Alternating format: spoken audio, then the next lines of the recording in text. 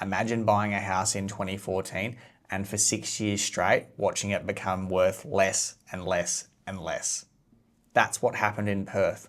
While the East Coast powered ahead, reaching record highs, Perth went backwards. If you bought near the top, you waited the best part of a decade just to break even. And then almost overnight, it became the fastest growing property market in the country. In the last 12 months alone, the typical Perth home has added $215,000 in value. Not 5 years, 1 year. Today we're unpacking how the country's most forgotten property market became the hottest, and the thing that could bring it all undone. To understand Perth now, you have to understand where Perth started, because it's the complete opposite story to everywhere else in the country. Perth had its own boom back in the 2000s off the first mining wave. But when that wave broke in 2014, the market just didn't cool, it fell, and it kept falling. A typical Perth house went from a value of $600,000 in 2014 to a value of $520,000 in 2019. 6 years of values going in the wrong direction. Same country, same decade. East Coast hits record highs. Perth going backwards. So by early 2020, Perth was one of the most affordable capital cities in the country, and also one of the most ignored. Investors had pretty well written it off, and locals had stopped expecting anything from it, which turns out is exactly the moment that you should pay attention to it. Then Perth ran into a combination of factors that all but guaranteed that prices were going to get pushed higher. Fewer homes, more people, and more money chasing them. After years of weak conditions, construction failed to keep pace with what happened next. Listings fell to around 40% below the 5-year average, and they basically stayed there. Western Australia is now the fastest growing population in the country, recently ticking over 3 million people. In a single year, it added around 66,000 new people, but only built 22,000 new homes.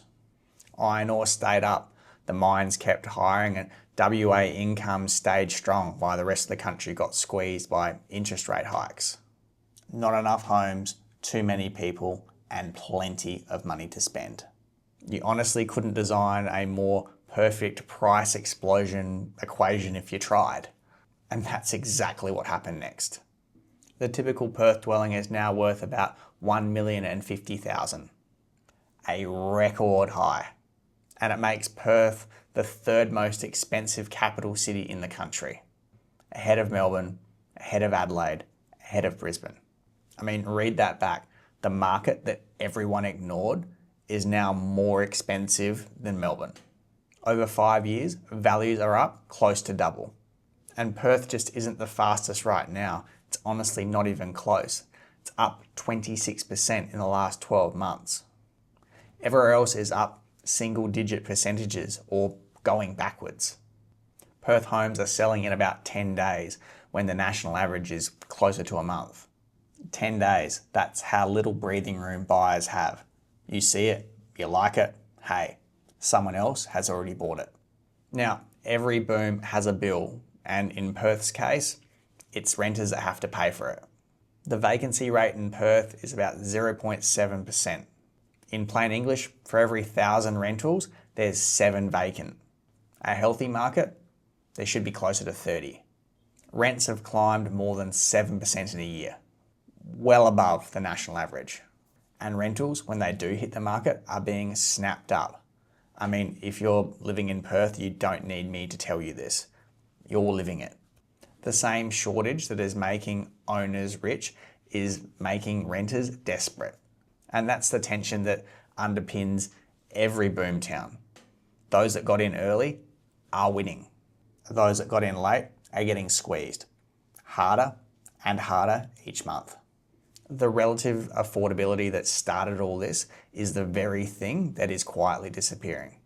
Here's the part the good news stories need to skip. Perth's boom rests on real foundations: population growth, housing shortage, tight construction, and strong migration numbers. Those things aren't going away quickly. But Perth also carries a risk that the East Coast doesn't. A big chunk of its economy tracks the price of iron ore. And that iron ore has one big customer, China. That doesn't mean that China controls Perth house prices, but it does mean that WA is more exposed to the resources cycle than any other major property market. And we've seen the downside before. And the last mining downturn is a big part of what caused Perth's lost decade in the first place. The engine dragging Perth up is the same one that dragged it down last time. That doesn't mean a repeat is coming. The fundamentals, the population, the shortage are stronger than they were a decade ago. Anyone telling you that Perth only goes up has quietly forgotten about the 6 years where it didn't. Short term, most forecasters have Perth leading the country. The major banks are tipping double-digit growth this year, among the strongest of any capital. But watch 2027. The same forecasters that love Perth also expect it to drop away quite sharply towards the single digits as affordability bites and borrowing capacity starts to get stretched.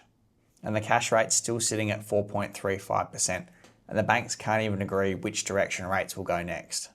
Some see cuts, but at least one is seeing another hike. So the story isn't over, but the easy part probably is. The gap between Perth and everywhere else is what got Perth here. As that gap closes, so does the advantage. So here's the real takeaway. Perth didn't boom because it was lucky or boom because it was ignored. It boomed because of years of underbuilding collided with the fastest growing population in the country and an economy that came roaring back to life at just the wrong time for people to buy. That's the pattern worth remembering. Not buy Perth, but where too few homes are being built meets too many people with money. Because when that combination shows up, it's worth paying attention. Thanks for watching. See you in the next one.